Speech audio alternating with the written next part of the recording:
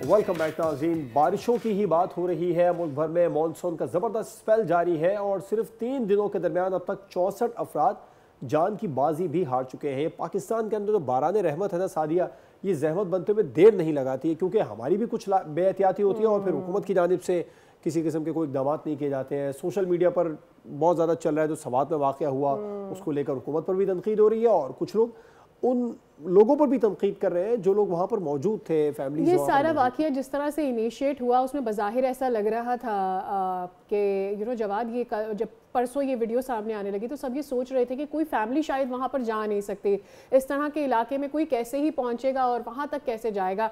बाद में खैर उस वक्त तो सब तनकीद हुकूमत पर करने लगे, चाहे फिर वो फेडरल गवर्नमेंट हो या केपी गवर्नमेंट हो, लेकिन बाद में फिर जब रियलाइज़ हुआ कि जी ये पिक्चर के लिए वहाँ पर पहुँचे थे तो फिर लोगों को ये भी हुआ कि यार एहसास ज़िम्मेदारी भी कुछ चीज़ होती है। इस पर बात कर लेते हैं। हमारे साथ हमारे नुमाइंदे अनवर शाह मौजूद हैं। अस्सलाम वालेकुम।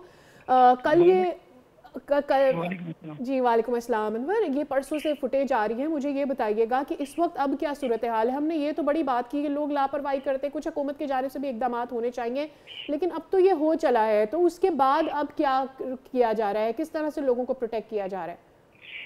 जी बिल्कुल, गुज़श्ता रोज़ जो वाक़या आया था, अफसोसनाक वाक़या, उसमें तकरीबन 15 अफराद जान से गए हैं।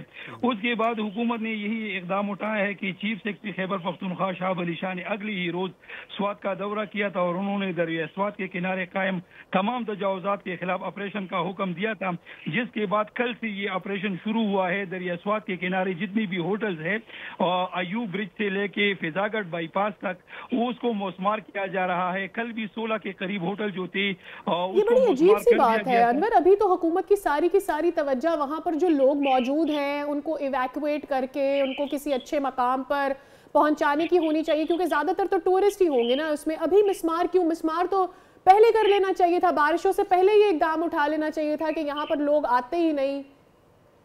जी बिल्कुल, आपकी बात बजा है। असल में इंतजामिया की तरफ से दफा 144 भी नाफिज किया गया था, लेकिन चूंकि ये होटल गैर कानूनी तौर पर ये दरिया स्वात के किनारे बने हैं, कानून इसका इरिगेशन का ये दरिया से 200 फीट के फासले पे आप तामीरात कर सकते हैं, इसके अलावा नहीं कर सकते।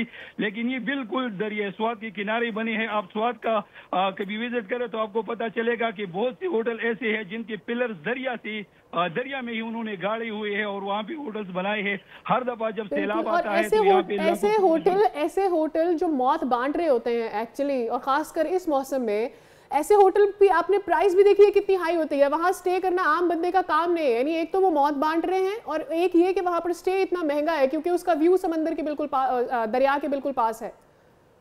जी बिल्कुल, और ऐसे होटलों में जी सयाहों का रश भी बहुत ज्यादा होता है।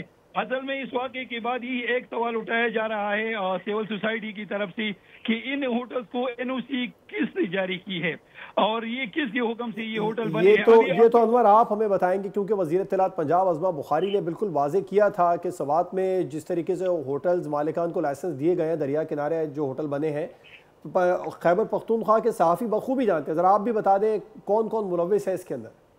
जी बिल्कुल, ये मौजूदा हुकूमत का ही सारा कारनामा है। 13 साल हो गई पीटीआई की हुकूमत यहाँ खैबर पख्तूनख्वा में है और इसमें बहुत से ऐसे होटल है जो अभी रिसेंटली बने हैं, जिसको 2 साल हो गए, 3 साल हो गए या 1 साल हो गया है, और कुछ जगहों पर अब भी दरिया के करीब ही होटलों की तामीर का अमल जो है वो जारी है। तो ये सारा सूबाई हुकूमत के हुक्म से, ये मर्जी से यहाँ पे होता है। तो यही वजह है कि यहाँ पे अभी ये मुस्मारी का जो अमल है ये भी इन्होंने अपनी उस गलती को छुपाने के लिए दोबारा शुरू किया है। सब्सक्राइब करें और बेल दबाएं ताकि कोई खबर रह न जाए।